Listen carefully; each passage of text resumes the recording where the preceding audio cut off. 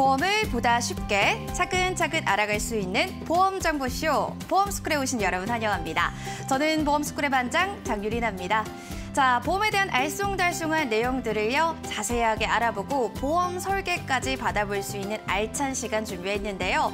나도 보험 설계 받고 싶다 하시는 분들 전화 주시면 되겠습니다. 023772-0209번, 문자도 가능합니다. 샵 3772번으로 보험 딱 2글자만 남겨주시면 보험 설계 가능하니까요. 언제든지 문자 그리고 전화 남겨주시기 바랄게요. 자, 그러면 본격적으로 우리 종소리와 함께 1교시 시작해보겠습니다. 네, 밝은 이 종소리와 함께 1교시 찾아와 주신 이분 함께 인사드려볼게요. 인과골드 사업단의 박시연 선생님입니다. 선생님, 잘 지내고 오셨나요, 한 주는? 네, 안녕하세요. 네, 잘 안녕하세요. 지내고 왔습니다. 네, 안녕하세요. 보험의 가치를 전달해 드리려고 나왔습니다. 반갑습니다. 여러분의 보험 멘토 박시연입니다. 네, 보험 멘토 선생님과 함께 오늘 만나볼 상식 어떤 건지 먼저 화면을 통해서 확인해 보시죠. 허혈성 심장질환 하나면 심혈관은 다 보상된다? 네, 오늘 1교시 첫 번째 주제는요, 바로 심혈관 질환에 대해서 좀 알아볼까 합니다. 시청자분들도 이 부분에 대해서 좀 생소하시거나 잘 모르시는 분들도 계실 텐데, 선생님 정의부터 좀 알려주셔야 될 것 같아요. 네. 심혈관 질환이라고 하는 건요, 심장과 혈관에 발생하는 질환을 얘기합니다. 우리의 몸은 혈액을 통해서 산소와 영양분을 공급받게 되는데요. 이때 심장은 우리의 몸 구석구석에 혈액을 공급하는 펌프 역할을 하게 되는 거고요. 혈관은 이 혈액이 이동하고 순환하는 통로 역할을 하게 됩니다. 바로 이 혈관에 이상 증상이 생기는 것을 심혈관 질환이라고 하고 있습니다. 심장과 혈관, 아무래도 생명을 유지하는 데 직접적인 영향을 주는 그런 기관인 만큼 심혈관 건강도 그만큼 중요하다라고 할 수 있겠죠. 그래서 흔히 2대 질병, 2대 질병이라고 이렇게 얘기를 하고 있습니다. MC님 혹시 2대 질병 중 심혈관 말고 또 나머지 하나의 질환이 어떤 건지 아실까요? 제가 또 보험스쿨의 반장 아니겠습니까? 뇌혈관 질환 아닌가요? 맞습니다. 역시 이 보험스쿨의 반장다운 그런 명쾌한 답변이셨습니다. 네. 네, 맞습니다. 뇌혈관 질환과 심혈관 질환, 이것을 가지고 2대 성인 질환이라고 얘기를 하고 있고요. 특히 이 심혈관 질환을 저 같은 경우는 중년 남성의 검은 그림자다라고 설명을 하시고 또 얘기를 할 때도 있습니다. 왜냐하면 이 중년 남성분들의 대표적인 사망 원인이 바로 이 심혈관 질환에 있습니다. 그렇군요. 자, 일단 선생님, 오늘 주제가 허혈성 심장질환 하나면 심혈관은 다 보상이 된다, 이런 내용인데, 제가 알기로는 이 보험에서 허혈성 심장질환 담보 100% 범위 내에 해당된다는 걸로 알고 있습니다. 이 부분 맞나요? 대부분 그렇게 많이들 알고 계세요. 근데 안타깝게도 허혈성 심장질환이 심혈관 전부를 보상한다라고 말씀드릴 수는 좀 없어요. 다소 무리가 그런가요? 좀 있습니다. 네. 예를 들어서 설명을 한번 해보겠습니다. 사실 그 2020년을 뜨겁게 달구었던 보험 리모델링의 주제 중 하나가 바로 이 혈관 질환을 가지고 좀 더 폭넓은 보장으로 리모델링을 하는 거라고 봐도 무방하겠는데요. 이 혈관 질환을 폭넓게 보상을 한다. 예를 들어서 심혈관 질환의 보상을 가지고 어떤 분이 허혈성 심장 질환으로 폭넓은 보상을 받고 계신 분이 있다라고 가정을 한번 해볼게요. 그분께서 심장이 빠르게 뛰고 있는 이런 빈맥으로 인한 질환을 진단받고 수술을 했다라고 가정을 한다면, 빈맥이라는 건요, 심박수가 불안정하게 뛰는 이 부정맥 질환의 하나인데요. 하지만 이 부정맥의 허혈성 심장 질환을 본다면 이 질환은 포함이 되어 있지 않습니다. 그래서 당연히 보상에서 제외가 된다라고 볼 수 있겠죠. 근데 왜죠? 왜냐면 부정맥이 맥박이 불규칙적으로 뛴다라는 건데, 이거 혈관과 관련된 질환이 아닌가요? 어떻게 봐야 될지요? 이 답변을 드리기 전에 먼저 우리가 이 귀에 못이 박히게 듣고 있는 허혈성 심장 질환에 대해서 한번 짚어보고 넘어갈 필요가 있을 것 같습니다. 네. 이 허혈성 심장 질환은요, 심장을 둘러싸고 있는 이 크라운 모양의 관상동맥이라고 불리는 혈관에서 생기는 질환을 보상을 하고 있는 거라고 보면 되시는데요. 이 관상동맥은 심장에 산소와 영양분을 공급해주는 어미새와 같은 역할을 하고 있다라고 보면 되세요. 대표적인 질환으로는요. 혈관이 좁아지는 협심증이 있겠고요. 또 하나 혈관이 또 막혀버리는 급성 심근경색증이 있겠습니다. 관상동맥이 좁아지거나 막히게 된다면 심장 근육으로 이제 혈액 공급이 원활하지 못하게 되겠죠. 그렇게 된다면 결국 이 심장에 이상 증상이 생기게 되고 또 그런 이유로 인해서 심장 혈관이 망가져 버리는 상황까지 가게 됩니다. 이러한 상황들이 생기게 된다면 우리는 이제 병원에 가서 치료를 받고 또 이제 보험금을 청구하기 위해서 진단서라는 거를 발급받게 되는데 그걸 가지고 보험사에서 이제 제출을 하게 되면 보험회사에서 어떤 걸 보게 되냐면 이 진단서 한 켠에 보면은 KCD, 그러니까 다시 말해서 한국표준질병사인분류표에 이제 나와 있는 질병 코드를 보게 됩니다. 그 질병 코드에 따라서 보험금을 지급받게 되는데 이 허혈성 심장질환의 질병 코드에서 벗어나게 된다면 보상받기가 힘들게 되게 되겠죠. 알겠습니다. 병원에 가서 진단을 받았는데 질병 코드 분류표에 따라서 질병 코드가 좀 달라진다라는 겁니다. 일단 보험사에서는 질병 코드에 따라 보험금이 지급이 된다 이 말씀을 하신 거죠? 네네네, 그렇습니다. 이 질병 코드 분류표를 한번 같이 살펴보도록 하겠습니다. 만약 내 보험에 급성 심근경색증만 있다면 질병 코드 I21에서 I23까지만 보장을 받게 되는 건데요. 만약 이를 제외한 코드를 내가 받게 된다면 뭐 예를 들어서 협심증의 질병 코드는 I20입니다. 이 협심증의 진단을 받게 된다면 보상을 단 한 푼도 받을 수가 없게 되는 거죠. 그런데 만약 내가 이 보험이 허혈성 심장질환으로 되어 있다면 허혈성 심장질환은 이 노란 영역 전체를 다 포함을 하고 있는 거거든요. 질병 코드로는 I20에서 I25.9까지로 표기를 하고 또 그것을 보상을 해주고 있습니다. 표에서는 소수점까지 나누어지는 질환들은 좀 생략을 했는데요. 이 안에 협심증을 포함한 무수히 많은 심혈관 질환을 보상을 하고 있습니다. 그래서 심혈관 질환을 이야기할 때 허혈성 그렇게 노래를 부르면서 보다 폭넓은 보장을 가져가야 한다라고 얘기를 했던 거죠. 알겠습니다. 자, 허혈성 심장 질환으로 가입이 좀 되어 있으며 가장 좀 폭넓게 보험에 대해서도 대비를 좀 할 수 있다라고 설명해 주셨는데요.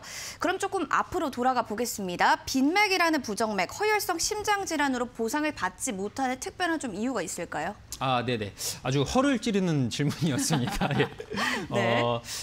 불행하게도 완벽할 것 같은 이 허혈성 심장 질환에도요, 약점이라는 건 존재하고 있습니다. 이 허혈성 심장 질환은요, 부정맥과 심부정 같은 질환은 보상을 해주고 있지 않습니다. 이 부정맥은 심장의 맥박이 불규칙하게 뛰는 질환을 얘기하고 심부전은 펌프 기능에 문제가 생겨서 신체에 혈액을 제대로 공급하지 못하게 되는 그러한 질병을 말하는데요. 부정맥의 질병 코드는 I47에서 I49까지이고요. 심부전은 I50을 얘기하고 있습니다. 그렇다면 허혈성 심장질환 보상 영역에서 코드만 보더라도 제외가 되고 있겠죠. 부정맥은 허혈성 심장질환이기보다는 좀 더 넓은 의미의 심혈관 질환이라고 말씀드릴 수 있겠습니다. 알겠습니다. 여러분 좀 들으셨죠? 부정맥 그리고 심부전은요. 더 넓은 의미의 심혈관 질환이기 때문에 이 허혈성 심장질환으로 보험이 좀 가입되어 있다 하더라도 보장이 좀 되지 않는다라는 이야기입니다. 자, 그렇게 된다라고 하면 뭐 부정맥, 심부전 같은 질환들 보험으로부터 대비할 수 있는 방법은 없는 걸까요? 네네네. 보험업계에서도 보면은 심혈관 질환의 보완이 좀 필요하다라고 많이 느꼈었던 것 같아요. 그래서 작년이죠. 2020년 하반기에 새로운 보험이 하나 등장을 했고요. 이제는 좀 더 완벽에 가깝게 심장 질환을 보상받을 수 있게 됐다라고 봐도 무방하겠습니다. 사실 저도 보면 이 심장 질환에 대해서 저도 좀 생각이 많거든요. 뭐 가족력이 좀 있으신 건가요? 가족력은 아닌데 이 심장이 좀 가끔가다 뛰고 이런 부분이 있어서 네. 좀 아메리카노 많이 마셔서 그런가 이런 생각을 했었는데 네. 어찌됐건 심장에 대한 염려가 저도 사실 좀 많은 사람 중에 하나라서 이 보험이 새로 나왔다는 소식을 접하고 굉장히 좀 반가웠었어요. 그래서 꼭 많은 분들에게 이 사실을 좀 전해드리고 싶었는데 이번 기회에 전해드릴 수 있어서 조금 기분이 좀 좋습니다. 알겠습니다. 예. 이어주시죠. 네, 이 과거에 보면요, 심혈관 질환이라고 하면은 허혈성이 가장 좋다라고 얘기를 했고 그렇게 또 많이들 알고 계셨는데 이제는 꼭 그렇다라고만은 볼 수 없겠습니다. 허혈성 심장 질환은 물론이고요. 부정맥과 심부전, 그리고 인공소생에 성공한 심장 정지까지도 보상이 가능한 보험도 새로 나왔으니까 심장 질환을 걱정을 하시는 분들이라면 이제는 좀 이런 부분까지도 보험으로 좀 보상받을 수 있다는 점 꼭 참고하셨으면 좋겠고요. 참고로 해당 보험의 경우에는요, 심장과 관련되거나 또 심장에 좀 가까이 위치한 혈관도 함께 보상을 해주고 있습니다. 대표적으로 이제 협심증과 뇌졸중의 원인인 죽상경화증을 비롯해서요, 5가지 혈관 질환도 함께 보상을 해주고 있습니다. 알겠습니다. 자, 우리나라의 주요 사망 원인의 2위가요, 바로 심장 질환이라고 합니다. 하지만 대비하기에는 영역별로 보험사마다도 좀 다르기 때문에 이걸 어떻게 현명하게 좀 대비하면 좋을지에 대해서 우리 시청자분들 궁금해하실 것 같은데 노하우나 팁이 있을까요? 네, 맞습니다. 과거에는요, 심혈관 질환 보장 중에서 급성 심근경색증이 상당히 많이 이제 증권상에 나와 있었는데요. 사실 급성 심근경색증 환자는 전체 심혈관 질환 환자 중에 7% 정도에 그치고 있습니다. 그래서 보험 전문가분들께서 허혈성 심장 질환으로의 보상 영역을 넓혀야 된다라고 모두가 소리 높여서 이야기했던 부분인 것 같아요. 이 허혈성 심장 질환 환자 수는요, 전체 심장 질환 환자 수의 64%, 그러니까 절반 이상을 차지를 하고 있어서 꽤 보상 영역을 확실히 넓혔다라고 볼 수 있겠습니다. 근데 하지만 완벽히 보상받는다라고 하기에는 조금 부족한 부분이 있습니다. 따라서 심혈관 질환 모두를 폭넓게 보상받을 수 있도록 준비해둘 것을 저는 권장드리고 있고요. 이제 지금까지 얘기를 다시 한번 정리를 하자면 보험이라는 거는 결국 계속해서 발전을 해나가고 있습니다. 과거의 보험이 좋다라고 얘기하는 건 몇몇 전설의 보험들을 가지고 한 이야기인데 마치 옛날 보험은 좋다라고 어디선가 들은 그런 이야기를 가지고 맹목적으로 옛날 보험이 좋다라고 생각하시는 분들이 생각보다 꽤 많으세요. 하지만 시간이 지날수록 질병도 무수히 많이 생겨나고요. 거기에 맞춰서 보험도 계속해서 발전을 해나가고 있습니다. 따라서 전문가와의 상담을 통해서요, 보험도 가입을 하시고 또 꾸준한 중간 점검을 통해서 내 보험을 체크해 보시는 것이 올바른 보험을 소유하는 것이라고 저는 말씀드리고 싶습니다. 알겠습니다. 심혈관 질환 모두 보장받을 수 있도록 준비하는 게 중요하다라고 또 권유를 해주셨거든요. 앞서도 심혈관 질환에 대해서는 중년 남성의 검은 그림자다라고 비유를 하셨어요. 그렇다면 4050, 4060 세대들의 중년 남성들이 꼭 가입을 해야 되는 건지 어떤 분들이 준비를 좀 해야 될까요? 네. 몇 가지로 요약을 해보겠습니다. 특히 이런 분들은 좀 조심하셔야 될 것 같습니다. 먼저 중년의 남성과 중년의 여성분들, 그리고 심혈관 관련해서 가족력이 있거나 또 이제 흡연을 하시는 분들, 그리고 하루에 운동을 30분 이상 하지 않으시는 분들, 그리고 비만을 측정하는 이 체질량 지수라고 하죠. BMI 지수가 30 이상이시거나 콜레스테롤 수치가 안 좋으신 분들, 그리고 마지막으로 고혈압과 당뇨가 있으신 분들은요, 건강관리는 물론이고 집에 있는 증권을 한번 열어보시고 혹시 모를 리스크에 대비를 하시는 것을 권장드리겠습니다. 네, 알겠습니다. 화면에 보셨을 때 1번부터 4번까지 쭉 봤을 때 4개에 다 해당이 된다 하시면 참고로 해주시는 거 중요할 것 같습니다. 자, 그러면 끝으로 시청자분들께 정리한 말씀 부탁드리겠습니다. 네, 심장은 우리 신체에 굉장히 중요한 장기라고 할 수 있습니다. 심장 근육의 펌프질로 우리 몸 전체에 혈액을 공급해주면서 우리가 살아가고 있는 건데요. 이제 자동차로 치자면 엔진과도 같은 존재가 바로 우리 몸의 심장이라고 얘기할 수 있겠습니다. 보면은 암에 대한 니즈가 여러분들 보면 굉장히 많으세요. 그런 니즈가 굉장히 커지고 있는데 어떻게 보면 실비처럼 이제는 필수 보험이 된 게 암보험이라고 할 수 있겠습니다. 그런 이유에서인지 암에 대해서는 많은 분들이 가입을 하실 때 굉장히 꼼꼼하게 체크하시고 살펴보시고 가입을 하시곤 하시는데 혈관 질환에서는 그렇지 못한 것 같아요. 이 자동차의 미션이나 타이어, 마모, 공기압 등 같은 경우는 살뜰히 챙기는데 정작 이 자동차를 굴러가게 하는 원동력인 이제 엔진은 챙기지 않는 그런 격인 거죠. 그래서 조금이나마 도움을 드리고자 이번 시간 주제로 심혈관 질환에 대해서 내용을 준비를 해봤고요. 끝으로 이제 당부의 말씀 한번 드리고 마치도록 하겠습니다. 여러분 보험을 추가하는 것은요, 분명히 경제적인 부담으로 다가오실 수가 있으세요. 그렇기에 반드시 전문가를 통해서 상담을 통해 기존 보험을 점검받으셔야 하고요.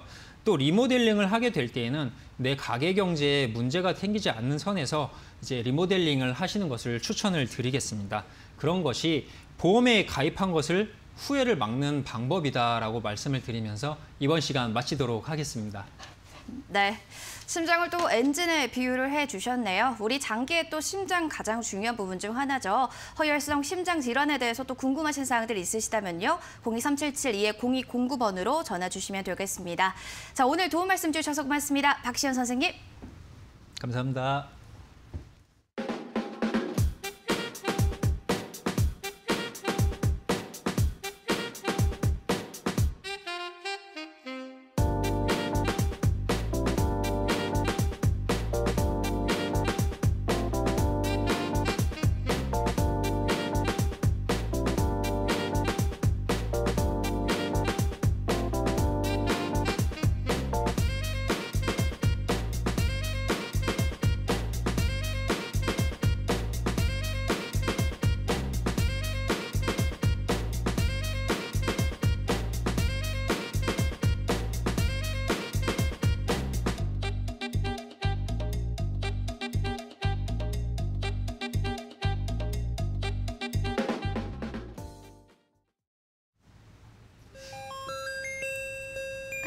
네, 2교시 이제 시작하겠습니다. 2교시에서는요, 시청자님이 가입하신 실제 보험들을요, 문제점을 진단하고 해결책까지 제시해드리는 보험 리모델링 시간인데요. 2교시 함께해 주실 선생님 소개해드리겠습니다. 인카골드 사업단 유정미 선생님 자리해 주셨네요. 선생님, 어서 오십시오. 네, 안녕하세요. 유정미입니다. 시청자분들의 보험에 대한 궁금증을 알기 쉽게 설명해 드리도록 하겠습니다.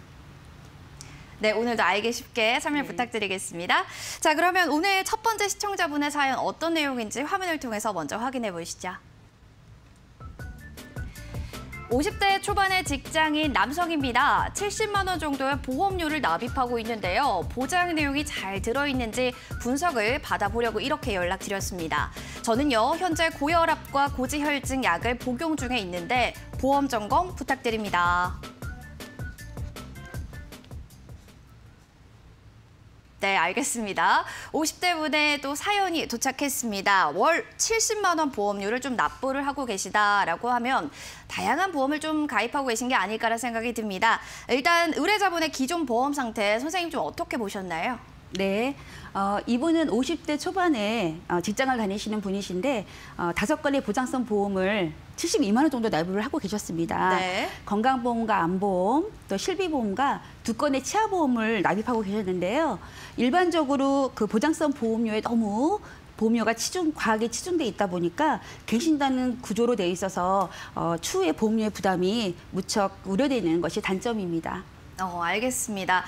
일단 추후 보험료가 조금 더 부담이 될 것이다라는 우려감을 내비쳐 주셨어요. 네. 자, 그러면 문제점 진단 어떤 것들을 좀 해야 될지 첫 번째부터 파악해 보겠습니다.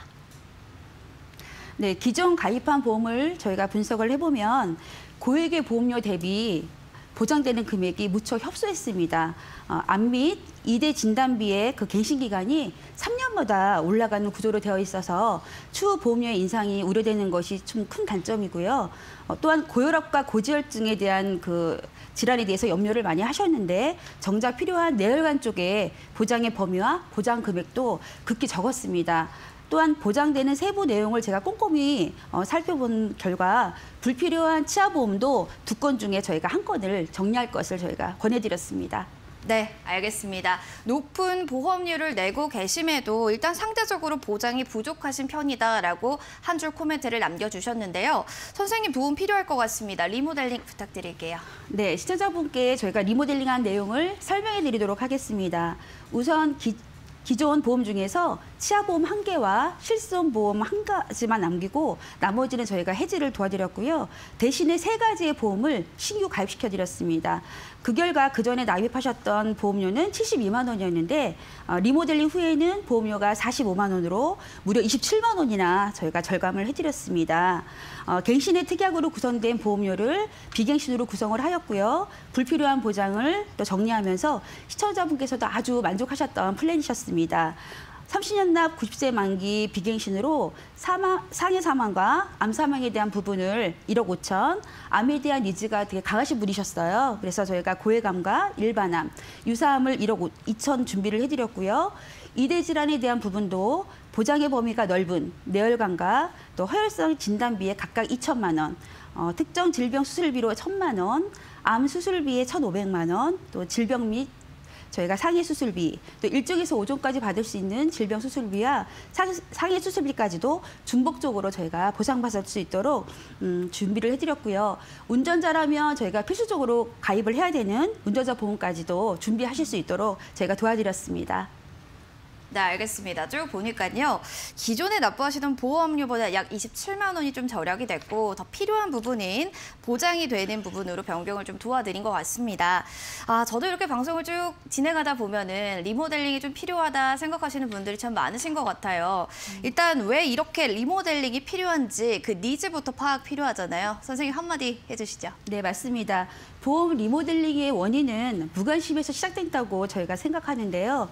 우리나라 보험 가입률이 90% 이상 넘을 정도로 한 분당 하나씩은 다 준비를 하고 있지만 가입하신 상품에 대해서는 보장 내용을 또 제대로 인식하지 못한 분들이 의외로 많습니다. 문제는 내용을 제대로 인식하지 못한 채 많이 있으면 당연히 좋은 거 아니야? 이렇게 생각하시는 분들이 또 태반이었으며 이분들은 대다수 이렇게 유지를 하시다가 비용이 또 부담이 돼서 중간에 해지하는 사례가 다반사였습니다. 그러므로 확실히 인지를 하고 보장이 또 안 좋게 되어 있다면 다시 바르게 재정비해서 보험 리모델링을 꼭 필요로 하는 경우가 필요하십니다. 네. 알겠습니다, 선생님. 네. 저 말씀을 또 이렇게 듣다 보니까 저도 사실은 제 보험에 대해서 관심이 좀 많아져서 리모델링을 좀 받고 싶다 이런 생각하시는 분들도 계실 거예요. 네. 이런 분들 위해서 뭐 꿀팁 없을까요? 당연히 꿀팁 있죠. 제가 소개해드리도록 하겠습니다. 네. 아무래도 저희 같은 전문가들에게 상담을 받는 게 쉽진 가장 않아요. 맞아요. 좋지 않나는 생각이 듭니다. 네. 하지만 그래도 제가 3가지 정도 큰 틀에서 드리고 싶은 조언이 있습니다. 우선 첫 번째, 보험은 방향성이 중요합니다. 보장이 많아도 효율성이 낮은 그 이유는 가입하는 목적, 즉 방향성을 잃어버렸기 때문이거든요. 그 대표적인 예가 CI 종신인데요. 종신은 구조적 특징은 저희가 한 가지로 말하면은 피보험자가 살아 있을 때 보장이 아니라 남겨진 유가족을 위한 것이라고 볼 수 있는데요. 그래서 누군가는 중요한 반면에 또 누군가에게는 굳이 없어도 된다라고 생각하시는 분들이 많아서 결국에는 필수가 아닌 선택 사항이라고 생각을 합니다. 암 진단비가 8천만 원을 받으셨다면 사망이 2천으로 줄어들어서 뇌나 저희가 심장 질환으로 실질적으로 보상받기가 힘들게 됩니다. 그러나 CI 종신이 아니라 살아있을 때 받는 것이다라고 잘못된 오인내로 전달을 받아서 가입하신 분들이 피해를 보는 사례가 아주 많습니다. 약관상 근거했을 때 중증 질환 시 50에서 80% 선지급 기능이 있지만 사망보험금을 미리 지급받는 개념으로 주계약 1억일 때 또한 범위 내에서도 양성 종양이 1.5mm 이상이어야 하며 중대한 뇌졸중 또 급성 심근경색증으로 포함이 되어 문제가 많다고 합니다. 본인의 그 방향성과 반대로 CI에 유지하신 분들은 실손 보험이 포함이 되어 있는지 여부, 또 기간, 납입료, 또 사망의 니즈 등등을 확인해서 보험 리모델링을 생각해 보셔야 합니다. 알겠습니다. 보험 가입하실 때 나한테 맞는 목적, 그 방향성이 가장 중요하다라고 첫 번째 꿀팁을 또 방출해 주셨습니다. 두 번째 또 노하우는 없을까요, 선생님? 네. 두 번째는 진단비의 범위는 최대한 넓게입니다. 예를 들어 3대 질병비에 대해서 저희가 설명을 드리자면 암 종류별로 분류표를 한번 보시면은 관련 용어도 참 많고 또 손보사냐, 생보사냐에 따라서 또 그 내용이 좀 다릅니다. 당연히 암 진단비 범위가 넓으면 넓을수록 고객한테는 유리하겠죠. 진단비는 어떤 종류에 따라서 가입 금액에 따라 100%를 또 지급을 하는지 또 아니면은 유사를 제외한 모든 종류가 보상이 되는지 그런 것들이 다 되어 있기 때문에 확인해 보는 것이 정말 중요합니다. 알겠습니다. 진단비에 대한 범위는 좀 넓게 설정하시는 것이 유리하다라고 설명을 해주셨고요. 그럼 3대 질병 중 나머지 뇌, 심장 쪽은 좀 어떤 것들이 진단비의 범위가 좀 넓은지 이 부분도 체크 필요할 것 같습니다. 네, 먼저 증권들을 확인했을 때 뇌출혈, 급성 심근경색, 뇌졸중 위주로 설정이 되어 있다면 실적으로 발생률이 높은 질환에는 아무런 보상을 받지 못할 수도 있습니다. 화면을 보시면 뇌출혈은 전체 16%, 또 뇌졸중은 77%가 해당이 되고요. 심장질환에서 저희가 급성심근경색증은 19%밖에 해당이 되지 않기 때문에 나머지 질환에 대해서는 보상받기가 어렵다는 의미거든요. 그러므로 보험에서 뇌혈관과 허혈성 심장 질환으로 되어 있어야만 100% 범위에 해당이 된다고 보시면 됩니다. 알겠습니다. 자, 그럼 세 번째 팁, 노하우도 궁금한데 혹시 있을까요? 네, 세 번째 팁은 착한 실손 전환 제도를 활용하라입니다. 아무리 생각해봐도 내가 보험 리모델링 하는 게 정답이다라고 판단이 되었을 때는 무작정 기존 계약을 해지해버리는 경우도 있지만 만약 실손이 함께 구성이 되어 있다면 신중하게 고려를 해보셔야 합니다. 의료 실손은 대체적으로 인수 심사가 까다롭고 또 엄격해서 과거에 만약에 병력이 있다거나 또 이력이 있을 때는 할증, 또 부담보, 또 거절이 나올 확률이 되게 높습니다. 그러므로 실비를 함께 유지하고 있는데 비용 부담이 높거나 또 실비 외에 크게 의미가 없다라고 생각이 된다면 무작정 해지를 하는 것이 능사가 아니라 착한 실손 전환 제도를 활용하면 할증, 부담보, 거절 없이 그 11대 중질병이 아닌 이상에는 웬만한 인수, 심사는 넘어갈 수가 있습니다. 알겠습니다. 세 번째 팁은요. 착한 실손 전환 제도를 활용을 해봐라라는 또 이야기를 해주셨습니다. 이렇게 세 가지 팁을 좀 살펴봤는데 선생님, 이거 시청하시는 분들이 네. 나도 오늘 리모델링 해봐야 되나? 라고 생각하실 수가 있잖아요. 네. 어떤 분들이 리모델링을 좀 하는 게 좋을지 이야기해 주신다면요. 네, 제가 6가지 정도로 말씀드리고 싶습니다. 일단 증권을 확인하시면서 보셨으면 좋겠고요. 첫 번째, 갱신형 보험이거나 갱신 특약이 많을 때 이때는 갱신형 특약이 설정되어 있을 경우에는 담보 삭제를 통해서 또 비갱신으로 교체를 해야 나중에 보험료의 부담이 적을 것 같습니다. 두 번째는 일반암 진단비에 생식기암이 제외되었거나 유사암 진단비가 낮을 때입니다. 이때는 일반 진단비에 생식기암이 따로 분류가 되어 있거나 또 뇌혈관 혈관 심장 질환이 없을 때 추가로 보강을 하면 되거든요. 그리고 세 번째는 뇌혈관 혈관 심장 질환 특약이 없을 때 이때는 요즘에는 그 이대 질환에 대한 그 니즈가 좀 많아지다 보니까 일반 보험사마다 좀 다양하게 탑재될 수 있는 그런 상품들이 많이 나와 있습니다. 그래서 시청자분들의 재무 상황이나 니즈에 맞게끔 이대 질환에 대한 것도 준비를 하시면 될 것 같습니다. 네. 알겠습니다. 세 가지 크게 나눠봤는데 또 세 가지가 있다고요, 선생님. 네. 어떤 분들이 필요한지 좀 설명 이어주시죠. 네. 네 번째로는 저희가 질병상에 입원 일당이 포함되어 있을 때입니다. 의외로 저희가 입원 일당이나 수술비 또 사망 보장이 또 과도하게 중복 설정되어 있어서 보험료의 납입 보험료가 또 부담스러울 경우가 되게 많거나 이런데요. 이럴 때는 삭제를 하거나 다시 재조정해서 보험료를 좀 준비를 하시면 될 것 같고요. 대부분 만기가 저희가 예전 상품은 60세나 80세 만기가 많이 되어 있어요. 그리고 납입 기간이 짧은 부분도 많이 있고요. 그래서 보장되는 기간이 짧으니까 그런 부분 보셔서 짧은 기간이 아닌 저희가 90세나 100세 만기로 변경을 하시는 게 좋을 것 같습니다. 그리고 여섯 번째는 중복 보장이 많거나 종신보험료의 그 보험료가 부담스러울 때입니다. 그래서 저희가 왜 잘 보상이 안 되는 그런 범위에 있는 담보들은 좀 꼼꼼하게 저희가 좀 살펴보셔서 삭제를 하시고 또 요즘에는 종신보험이 좀 보험료 부담 때문에 일반의 보험의 특약으로 저희가 사망보장에 특약이 또 탑재가 돼 있거나 정기보험에 그런 사망보장의 상품들이 많이 나와 있으니까 그렇게 준비하시면 될 것 같습니다. 네, 알겠습니다. 이교시 리모델링 그리고 리모델링을 어떤 분들이 하면 좋을지에 대해서도 이야기해 주셨거든요. 마지막으로 시청자분들께 해주시고 싶은 조언이 있다면요. 어떤 게 있을까요? 네, 보장보험을 늘리고 또 보험료를 줄이는 확실한 개선을 하기 위해서는 증권을 먼저 이렇게 살펴보시는 게 중요한데요. 아무리 찾아봐도 증권이 없으시다 할 때는 각 보험사마다 콜센터를 통해서 요청을 하시면 됩니다. 그래서 뭐 이메일이나 또 우편이나 또 팩스로도 요청이 가능하니까 그런 부분 받아보시고 가입하신 보장의 내용에 대해서 정말 궁금점이 있으시다면 전문가와 꼭 점검을 받으신 다음에 나중에 정말 후회 없는 보장을 준비하시기 바랍니다. 알겠습니다. 내 보험이니까 내가 정말 원하는 대로 리모델링하고 싶다 하시는 분들 계시면요. 전화 주시면 되겠습니다. 02377-0209번 그리고 문자로는 샵 3772번 보험 딱 두 글자 남겨주시면 되니까 참고해 주시기 바랄게요. 오늘 도움 주셔서 고맙습니다. 유정미 선생님. 감사합니다.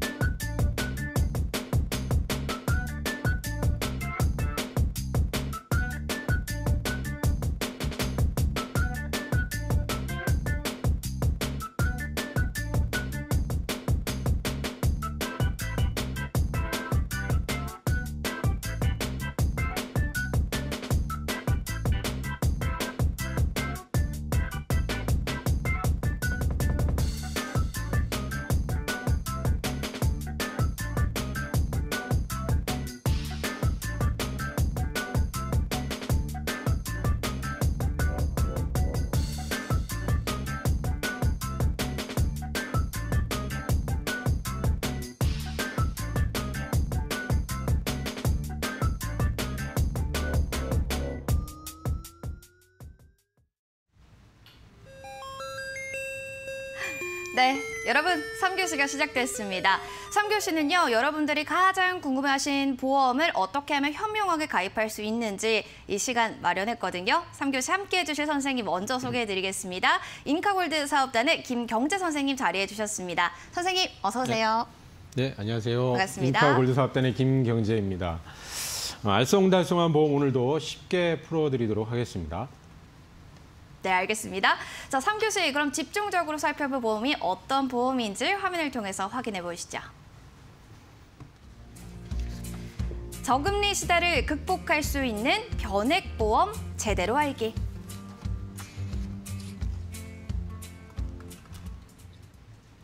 네, 오늘 세 번째 3교시에서는 변액보험에 대해서 좀 알아볼까 하는데 야, 요즘에 뭐 월급 가지고 재테크하기 쉽지 않습니다. 그래서요, 많은 분들이 재테크를 좀 해서 내가 월급 외에도 다른 곳으로 좀 돈을 굴려봐야겠다 하시는 분들 많으실 텐데요. 자, 보험으로 저금리 시대를 극복할 수 있는 방법, 바로 변액보험에 대해서 좀 알아볼까 합니다. 많은 분들 궁금해하셨거든요. 일단 선생님, 이 보험 어떤 보험인가요? 네, 변액보험의 원래 우선 정의부터 좀 말씀을 드리겠습니다. 변액보험이란 계약자가 납입한 보험료의 일부를 주식이나 채권 또는 유가증권 같은 이런 펀드에 투자를 하고 그 투자 실적에 따라서 발생한 이익을 계약자에게 배분해주는 실적 배당형 보험입니다. 네, 사실 변액보험이 2001년에 처음 우리나라에 소개가 된 이후로 현재까지 정말 많은 분들이 가입을 좀 하셨고 또 현재도 많이들 가입을 하고 계시는데요. 중요한 것은 이 투자형 보험이다 보니까 제대로 알고 가입을 하시거나 또는 가입 중인데도 전혀 관리가 안 되는 상황이 많다 보니까 그만큼 많은 분들의 불만이 있는 보험이기도 하고요. 그래서 오늘은 제가 짧은 시간이지만 변액보험에 대해서 좀 꼭 아셔야 될 부분에 대해서 말씀을 드리려고 합니다. 네, 알겠습니다. 변액보험이 실적 배당형 보험이다라고 하는데요. 일반 보험과는 좀 차이가 있는 건가요? 어떤 부분이 될지요? 네, 실적 배당형이라는 점에서 일반 보험, 즉 금리 연동형 보험이라고 하죠. 그 보험과 좀 어떤 차이가 있을까라는 궁금이 생길 수가 있는데요. 그 전에 변액보험의 보험료 구성을 먼저 좀 이해를 하셔야 됩니다. 먼저 보험료 구성을 간단히 살펴보면 보험료는 크게 위험보험료와 저축보험료 그리고 사업비 이렇게 세 가지로 구성이 되어 있습니다. 위험보험료는 보험금의 재원이 되는 항목이고요. 저축보험료는 만기 환급금이나 중도 해지 시 돌려받는 환급금의 재원, 그리고 사업비라는 것은 보험회사가 모집하고 유지하고 관리를 하기 위해 쓰는 비용이라고 생각하시면 됩니다. 이 중에서 위험보험료하고 사업비는 일반 보험과 변액보험에 큰 차이가 없다고 보시면 되는데요. 특히 이 저축보험료 부분이 일반 보험은 적금처럼 이 정해진 이자를 지급하는 형태라면 변액보험은 저축보험료를 펀드에 투자를 해서 발생되는 이익 수익률만큼을 배당한다는 점에서 가장 큰 차이가 있다고 하겠습니다. 네, 따라서 알겠습니다. 한 가지, 네. 이어주세요, 선생님. 네, 따라서 이 변액보험이라는 것은 펀드에 투자하는 실적 배당형 상품이라는 점에서 수익률에 따라서 보험금과 그리고 해지 환급금이 변동이 되고 펀드 선택 및 이에 따른 손익은 소비자에게 귀속된다는 점을 꼭 기억하셔야겠습니다. 일반 보험과의 큰 차이점, 펀드에서 발생하는 수익률에 따라서 더 많은 돈을 잘 받을 수도 있고 아니면 좀 적은 돈을 받을 수 있다라는 부분이 될 텐데요. 자, 그러면 변액보험 장점들은 또 뭐가 있는지 그 부분부터 좀 알아보도록 하겠습니다. 네, 먼저 변액보험의 장점으로는 첫 번째로 이제 저금리 시대를 대비할 수 있다는 점입니다. 요즘 시중금리가 어느 정도인지 좀 잘 알고 계시죠? 그만큼 내가 가지고 있는 화폐의 가치가 시간이 갈수록 물가 상승을 따라가기 어렵기 때문에 그걸 극복할 수 있는 대안이 될 수 있다는 얘기고요. 또 변액보험은 10년 이상 장기 유지를 하시게 되면 이자 소득세에 대해서 전액 세금을 면제받을 수 있는 비과세 혜택이 있습니다. 두 번째로는 변액보험은 최소한의 보험금을 보장해 준다는 점입니다. 특히 이 변액연금보험은 상품에 따라서 이미 납입한 보험료를 최소로 보장해 주거나 또는 원금의 2배까지도 보장을 해주는 기능이 있는데요. 물론 이 보장 기능은 연금을 개시하는 시점에 적용된다는 점을 꼭 잊지 마시기 바랍니다. 알겠습니다. 변액보험은 일단 10년 이상 장기적으로 유지할 때는 이자 소득에 대한 세금이 면제가 되고 두 번째, 최소한의 보험금을 안정장치로 좀 보장해 준다라는 게 큰 메리트가 될 것 같은데요. 자, 그렇게 되면은 안정성, 수익성 모두 갖추고 있는 것 같습니다. 단점들 그러면 없을까요, 선생님? 네, 장점이 있으면 당연히 단점도 있겠죠. 첫 번째로 이제 변액보험은 실적 배당형 보험이기 때문에 그 투자에 따른 원금 손실 가능성이 존재한다는 점입니다. 뭐 수익만 발생이 된다면 더없이 좋겠지만 이 주식이나 파생 상품들처럼 이 시장 환경에 따라서 수익과 손해는 항상 변동이 되기 때문에 변액보험도 손실 가능성이 늘 존재를 합니다. 그래서 그 펀드 변경의 기능을 잘 활용하시면 펀드에 대한 그 적절한 관리도 필요하겠죠. 그 두 번째는 이제 모든 보험이 마찬가지지만 변액보험도 중도 해지를 하게 되면 불이익이 발생이 됩니다. 그래서 이런 가입할 때 그 예정된 사업비를 차감하고 지급하기 때문인데요. 중도 해지하시게 되면 환급받는 금액이 매우 작을 수 있기 때문에 중도 해지가 되지 않도록 유지에 신경을 좀 쓰셔야 됩니다. 어쨌든 이런 단점들도 존재를 하기 때문에 반드시 가입하시기 전에 장기적인 관점에서 신중하게 검토를 하신 후에 가입하시기를 권해드립니다. 네. 어쨌든 단점으로 본다면 손실 가능성은 늘 존재한다라는 그 우려감은 가지고 계셔야 될 것 같고요. 중도에 좀 해지를 한다라고 하면 환급 금액이 적어진다라는 부분을 유념해 주셔야 될 것 같습니다. 자, 그렇다면 일반 펀드와는 어떤 차이점이 있는 건지 이 부분도 좀 짚고 넘어가야 될 것 같아요. 어떻게 보나요? 네, 변액보험과 펀드 모두 투자형 재테크 방법이라는 공통점이 있지만 차이점도 분명히 있습니다. 은행이나 증권사에서 가입하는 이런 적립식 펀드 같은 일반 펀드하고 어떤 차이가 있는지 좀 설명을 드리겠습니다. 그림에서 보시다시피 사망이나 질병 같은 보장의 기능이 있느냐 없느냐가 첫 번째고요. 변액보험은 어쨌든 보험이기 때문에 역시 보험금의 실질 가치를 보존하는 게 가장 큰 목적이라면 일반 펀드는 오로지 이제 고수익을 추구하는 것이 목적이겠죠. 그리고 사업비의 차이가 있습니다. 초기에는 변액보험이 원금 대비 수익률 면에서 좀 불리하지만 장기 유지하게 되면 비과세와 복리 혜택이 있기 때문에 더 유리하게 될 수 있겠고요.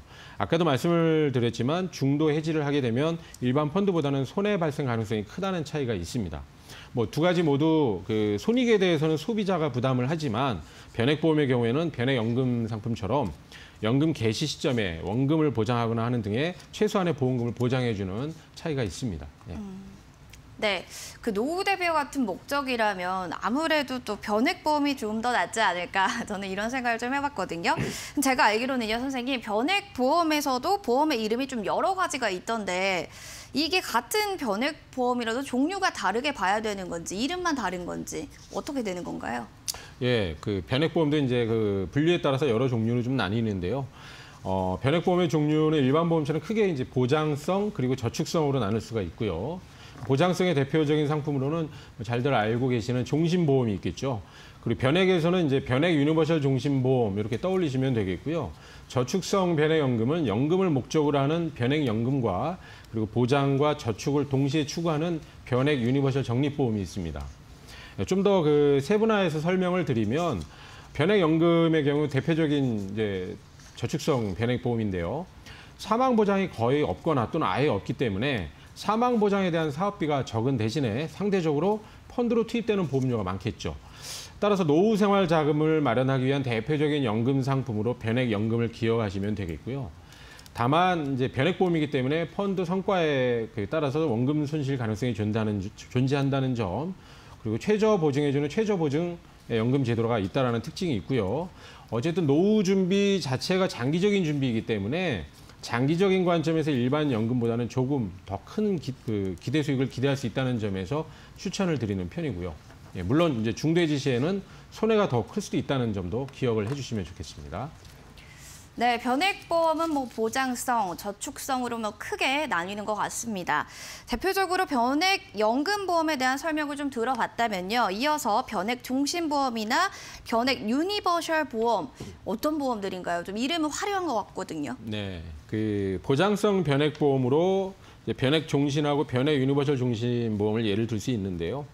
변액종신보험은 그 전통적인 종신보험의 기능에 투자의 기능을 더해서 사망보험금이 변동이 되는 보험이고요. 변액유니버셜 종신보험은 이 변액종신보험의 기능에 유니버셜이라는 기능을 더한 대표적인 보장성 보험이라고 할 수 있습니다. 여기서 이제 유니버셜이라는 말은 은행의 입출금 기능처럼 중도 인출, 추가 납입, 납입 정지와 같은 이런 유동적인 기능을 말하는데요. 즉 여유가 있을 때는 추가 납입을 통해서 적립금을 늘릴 수도 있고, 또 자금이 필요할 때는 중도 인출 기능을 통해서 일부 자금을 대출이 아닌 인출할 수 있는 기능, 이런 것도 있고요. 또 납입이 어려운 시기에는 일시적으로 또는 장기간 납입을 중지할 수 있는 기능들이 있다는 점입니다. 예, 그리고 한 가지 더 그 변액 유니버셜 적립보험도 있는데요. 이 보험은 이제 사망 보장을 좀 자유롭게 높게 또는 낮게도 설정이 가능하기 때문에 라이프 사이클에 따라서 사망 보장을 좀 줄이게 되면 저축성에 좀 더 가까운 상품이 되기도 합니다. 예. 네, 알겠습니다. 변액보험에도 다양한 종류가 있다라는 게 좀 확인이 되는데요. 선생님, 반복해서 좀 나왔던 단어들이 좀 귀에 들어옵니다. 일단 최저보증제도라는 단어인데 이 제도는 어떤 제도를 말하는 건가요? 네, 최저보증제도라는 게 있는데요. 이거는 이제 각 변액보험 종류별로 보험의 본연 기능을 보장하기 위해서 기능을 부과해 놓은 거로 그 보험 가입자의 손실을 방지하기 위해서 만든 제도라고 이해하시면 되겠고요. 그림을 잠깐 보시면 그 변액 종신보험의 경우에 예를 들어서 주계약 1억 원에 가입을 했습니다. 그런데 투자 실적이 좋으면 이 가입금액 1억 원에다 추가 수익을 더해서 사망 보장을 해주지만 투자 실적이 나쁘더라도 최초에 가입한 사망보험금 1억 원을 최저로 보증을 해주고요. 또 변액 유니버셜 보험에서는 월 50만 원씩 5년간 납입을 하다가 사망을 하시더라도 기납입보험료는 원금 3천만 원이겠죠. 이것을 사망보험금으로 보장을 해줍니다. 또 변액연금보험에서는 사망보장은 변액 유니버셜과 동일하게 기납입보험료를 보장을 해주는데 연금이라는 본연의 기능을 보장을 해주기 위해서 연금 개시 시점에 투자 실적이 나쁘더라도 최소한 기납입보험료 또는 그 이상 약정된 비율을 보장해주는 그 기능으로 이해하시면 되겠습니다. 네. 알겠습니다. 최저보증제도를 통해서 뭐 최소한의 안정성이 보장이 된다라고 이야기를 해주셨는데 그런데 이거는 뭐 자체적으로 보험사에서 맞는 거잖아요. 근데 우리가 은행에 예금할 때를 보면 일단 정부에서 보호해주는 예금자 보호법이 있습니다. 이 변액보험도 이렇게 예금자 보호법이 적용이 되는지 이 부분 많은 분들이 좀 궁금해하실 것 같습니다. 어떻게 볼까요? 예, 그 많은 분들이 그 변액보험도 예금자 보호가 되는 거 아니냐라고 이렇게 잘못 알고 계시는 경우가 많은데요. 변액보험은 이제 실적 배당형 투자형 상품이기 때문에 기본적으로 예금자 보호법에 적용을 받지 않습니다. 따라서 적립금이라든가 이런 부분들은 예금자 보호를 받을 수 없다라는 점 꼭 기억하시고요. 다만 최저보증제도, 지금 좀 전에 말씀드린 그런 최저보증제도를 통해 보장받는 금액에 대해서는 1인당 최고 5천만 원까지 보장을 받을 수 있습니다. 추가로 이제 예금자 보호 적용과 관련돼서 한 가지 좀 말씀을 더 드리면 변액보험의 운용 구조를 잠시 살펴볼 필요가 있는데요. 변액보험은 가입자가 불입한 보험료 중에 펀드로 투입되는 금액을 특별 계정으로 이라는 항목으로 따로 은행 같은 이런 수탁 회사에 보관하게 돼 있습니다. 이 특별 계정은 은행에 보관은 되어 있지만 은행의 고유 자산과는 별도로 분리해서 보관하도록 되어 있기 때문에 혹시라도 은행이 파산을 하더라도 이 특별 계정은 별도로 안전하게 유지가 된다는 점에서 오히려 어떤 면에서는 예금자 보호라는 제도보다 더 안전하다고 볼 수도 있고 사실상 예금자 보호 제도에 적용을 받을 필요가 없다고도 할 수 있겠습니다. 알겠습니다. 예금자 보험 적용을 받지 않지만 그 이상 그에 준하는 안전장치는 있다라는 게 확인이 됩니다. 자, 그럼 그 외에도 변액보험의 특징 어떤 것들이 있나요? 네, 그 변액보험이 일반 펀드하고 비교했을 때 가장 큰 장점 중에 하나가 이 동일 상품 내에 한 개 펀드로 운영이 되는 게 아니라 적게는 여러 개에서 많게는 그 수십 개의 펀드로 이루어져 있고요. 또 이 가입자는 이런 많은 펀드 중에서 개별 투자 성향과 시장 흐름에 맞게 펀드 가입 비중을 조절할 수 있다는 점이거든요. 그래서 이 펀드 유형을 크게 좀 세 가지로 보시면 주식형, 채권형 그리고 두 장점을 혼합한 이 혼합형 펀드 이렇게 세 가지로 보는데요. 주식형은 어쨌든 주식 편입 비율이 높은 펀드이기 때문에 주가 상승 시기에는 좀 공격적으로 투자돼서 고수익을 볼 수도 있지만 반대로 하락장에서는 손실을 볼 수도 있겠고요. 상대적으로 채권형 펀드는 투자 대상이 이 채권, 유가증권 같은 안전자산으로 이루어져 있기 때문에 고수익을 위한 수익성보다는 좀 안정성을 중요시하는 펀드입니다. 이 두 가지 기능을 혼재해 놓은 게 이 혼합형 펀드라고 보시면 되고요. 이 외에도 각 회사별로 펀드 종류는 수도 없이 다양하고 복잡하기 때문에 내가 가입하려는 변액보험 또는 내가 가지고 있는 변액보험이 어떤 펀드들로 구성되어 있는지 이런 부분들도 전문가들을 좀 통해서 조언을 받고 가입하시는 것을 추천을 드립니다. 알겠습니다. 성향에 맞게 잘 좀 확인을 해보셔야 될 것 같고요. 변액보험 관리, 앞서도 되게 중요하다라고 설명을 해주셨는데 어떻게 관리를 하는 게 현명한지 알려주셔야 될 것 같습니다. 네, 그 변액보험은 이제 가입도 중요하지만 그 더 나은 수익률을 내기 위해서는 그 각 가입자 개개인의 그 사후 관리도 굉장히 매우 중요한데요. 몇 가지 설명을 좀 드리면 첫 번째로 시장 상황에 따라서 적절한 펀드 변경 등 이런 펀드 관리를 좀 하셔야 되겠고요. 적절한 그 시기마다 펀드 변경을 잘 하시면 좀 더 높은 기대 수익을 기대할 수도 있지만 문제는 변액보험 가입자의 펀드 변경 경험이 고작 한 10% 정도밖에 안 된다고 해요. 그래서 보통 펀드 변경은 1년에 한 12번까지도 가능하거든요. 그리고 두 번째, 정기적으로 이제 펀드 수익률을 좀 점검을 하셔서 현재 내가 가입한 변액보험의 펀드별 수익률이 적절한지 이거를 연환산 수익률로 환산했을 때 어느 정도 손익이 있는지 등을 좀 관심 있게 살펴보셔야겠고요. 그리고 세 번째로 이제 변액보험은 보험사를 통해서 매 분기마다 3개월마다 한 번씩 자산운용 보고서를 가입자에게 보내드립니다. 이 자산운용 보고서를 통해서 본인이 가입한 변액보험의 펀드별 현황이라든가 이런 비중, 수익률 이런 등등을 좀 확인하실 수가 있는데요. 이런 펀드 성과라는 것은 결국은 비교지수하고 비교했을 때 꾸준히 웃돌아야 긍정적으로 좀 평가를 받을 수가 있거든요. 가령 예를 들어서 종합주가지수가 15% 정도 상승을 했는데 내 변액보험의 펀드 수익률이 5%밖에 상승을 못했다. 그렇다면 비교 지수인 어떤 그 주가 지수에 비해 낮기 때문에 펀드 운용을 비교적 잘하지 못한 것으로 평가를 할 수가 있습니다. 그래서 이렇게 자산 운용 보고서를 좀 통해서 내 변액보험의 현 상태를 알 수도 있고요. 그래서 잘 좀 살펴보시고 잘 모르시는 내용들은 전문가들에게 좀 점검을 받으시면 좋겠습니다. 네, 알겠습니다. 지금까지 변액보험에 대해서 알아봤고요. 듣다 보니까 궁금한 부분이 너무 많아서 나는 질문을 해야겠다 하시는 분들은 전화 주시기 바랍니다. 023772-0209번, 문자는 샵 3772번으로 보험 글 남겨주시기 바라겠습니다. 오늘 도움 말씀 주셔서 고맙습니다. 김경재 선생님. 네, 보험스쿨 저희가 준비한 소식 여기까지입니다. 1교시, 2교시 들으시면서 궁금하신 사항들 있으시면요. 전화 남겨주시기 바랍니다. 알쏭달쏭한 보험에 관련된 내용 저희는 금요일 날 다시 찾아뵐게요. 함께해 주신 여러분 고맙습니다.